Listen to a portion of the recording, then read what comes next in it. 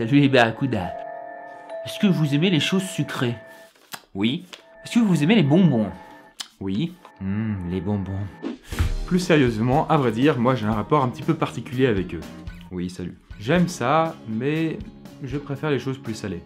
Voilà, chacun son truc. D'ailleurs, nous on est habitués aux bonbons tous emballés. Mais savez-vous que le premier bonbon à être emballé séparément de sa boîte remonte à 1907 et c'est le Tootsie Roll, un bonbon à base de caramel et de chocolat. Avant ça, l'apparition des bonbons, en tout cas en Europe, remonte au Moyen-Âge. Et le bonbon à ce moment-là n'avait évidemment pas de sachet individuel. On appelait ça d'ailleurs l'épice des chambres, et c'était un luxe plutôt réservé aux rois et aux seigneurs qu'ils consommaient pour digérer après leur fastueux repas, et c'était une petite douceur assez rare puisque le sucre était lui-même assez rare. Mais même bien plus tard, quand les bonbons ont commencé à se répandre dans le monde entier, il fallait systématiquement acheter des paquets entiers, et tous les bonbons étaient mélangés pêle-mêle dedans. Et étant donné que les additifs et les conservateurs n'étaient pas aussi performants qu'aujourd'hui, et ben quand ça périmait, tout périmait. Bonjour le gâchis quoi. En tout cas, vous l'aurez compris, aujourd'hui on va parler bon bec, et de trucs que vous n'auriez peut-être jamais soupçonné à propos de leur fabrication et de certaines marques connues. Alors bienvenue dans ce troisième des retours des trucs à la crise.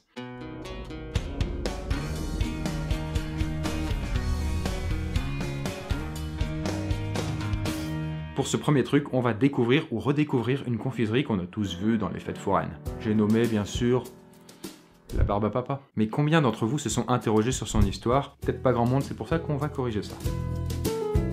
Alors tout d'abord, qui peut bien être l'inventeur des barbes à papa? Un chimiste, un boulanger, un barbier peut-être? Non, vous n'y êtes pas du tout. Contre toute attente, il s'agit d'un médecin. Et pas n'importe quel médecin. Celui le plus éloigné d'entre tous, un dentiste.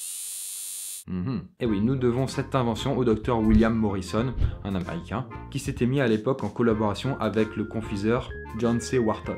Ils ont créé un dispositif permettant de faire fondre le sucre, puis de le souffler grâce à l'aide d'un tamis assez fin. Ils en tirèrent un nuage de sucre très léger qu'ils décidèrent d'appeler le fiflos, fil d'effet en français. Et pour leur toute première fois, ils l'introduisirent au public à la foire mondiale Saint-Louis. C'était en 1904 et ça a eu un succès retentissant. À ce moment-là, ils en vendirent près de 68 000. Et sachant qu'à l'époque, le fiflos était vendu à 25 centimes de dollars, nos deux petits bourgs se sont quand même fait 17 000 dollars. Et sachant que là-dedans, le coût de fabrication d'une barbe à papa, c'est à peu près peanuts. Si on fait la conversion de nos jours, avec l'inflation, donc la hausse des prix, etc., ils empocheraient près de 495 000 dollars. Chapeau les mecs. Et qui dit argent dit rentabilité, dit donc commerce bien juteux à l'approche. C'est pourquoi pas mal de gens ont commencé à s'intéresser à cette confiserie qui marchait très très bien. Et ce fut un certain Joseph Lascaux qui tira son épingle du jeu en inventant une machine qui permettait d'accélérer le processus de la production donc des barbes à papa. Il renomma alors la chose Cotton Candy, donc une sorte de bonbon en coton. Et qui est Joseph? Ah, bah un autre dentiste, pourquoi? On va vraiment commencer à croire qu'ils ont inventé ça juste pour pouvoir avoir plein de clients avec des dents bien pourries.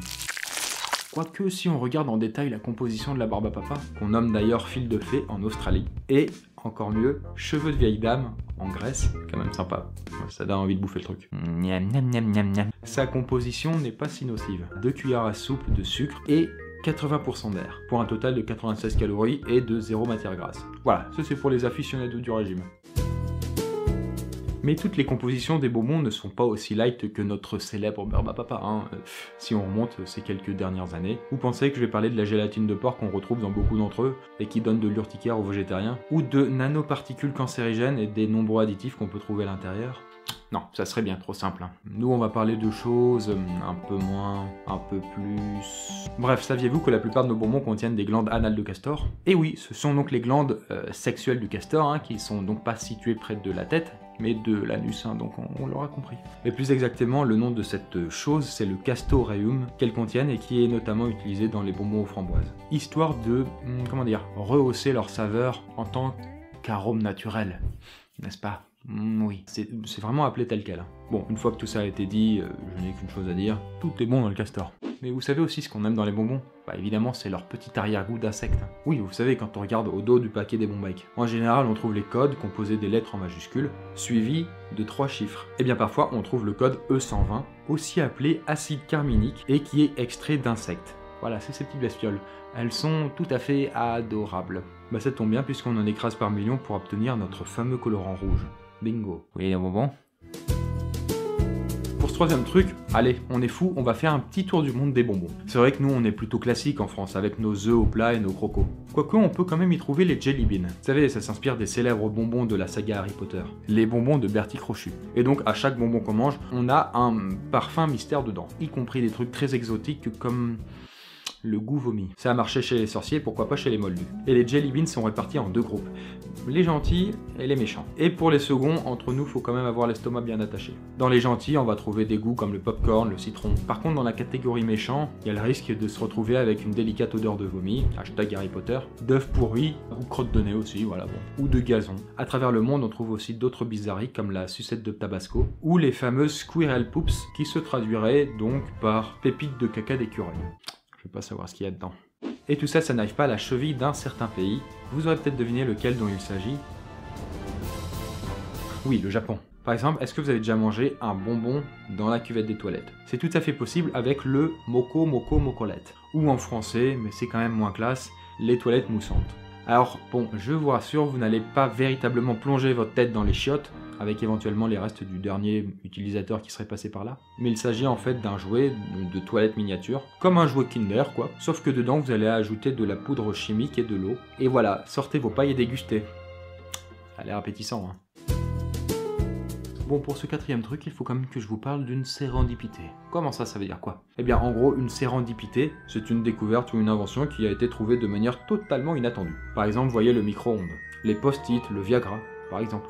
Mais ça, c'est une autre histoire.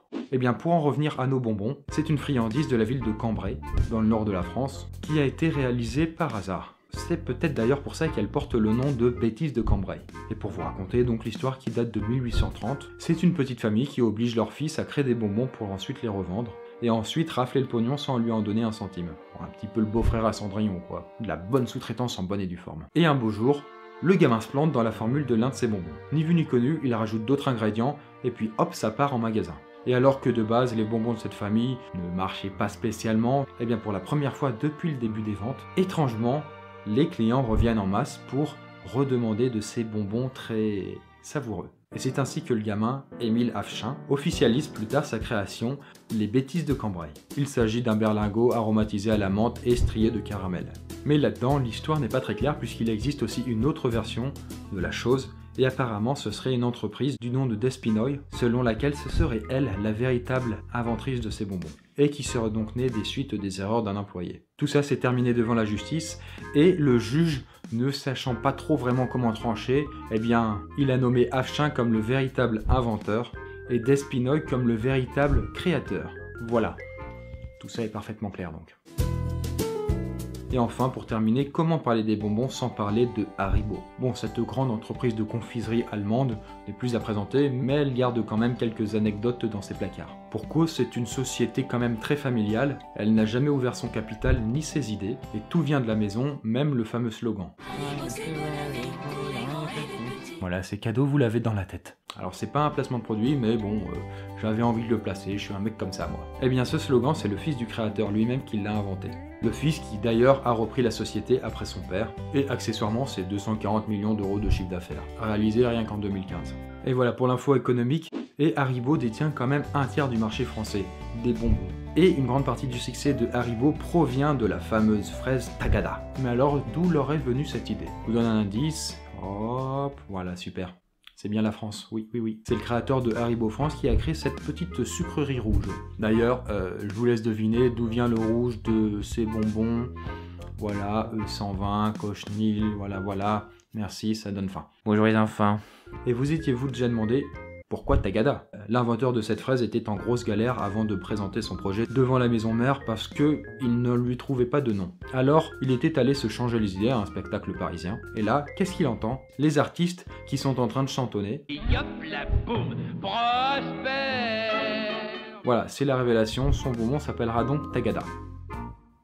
Et bien voilà, c'est terminé les poiscailles, j'espère que vous avez appris quelques petits trucs sur ces petites bombes chimiques en boîte. Mais le mieux encore, c'est que si vous êtes fan de bonbons, je ne peux que vous conseiller de les faire vous-même. C'est plutôt drôle à cuisiner, hein, et ça vous reviendra moins cher. C'est pas comme si les bonbons ça nous crevait le portefeuille hein, non plus, mais bon, pour Pour ceux que ça intéresse, je vous ai mis en description quelques recettes que, pourquoi pas, je pourrais tester moi-même. Oui, il faut que le feu à la cuisine, c'est le meilleur moyen, quoi. Dans les commentaires, vous pouvez donner vos retours d'expérience, tout ça, hein, si vous êtes toujours en vie, hein. Et cette semaine, je vous présente une chaîne qui m'a tapé dans l'œil du nom de Occam Razor. Et le principe de ces vidéos est simple, Occam s'inspire de 2 mots qu'il a tirés au hasard, pour inventer ensuite un scénario et toute une histoire de A à Z.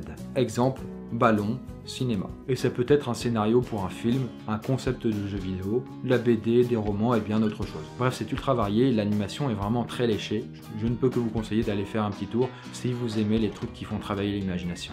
En attendant, moi je vous souhaite une bonne digestion, un très bon lundi et à la semaine prochaine.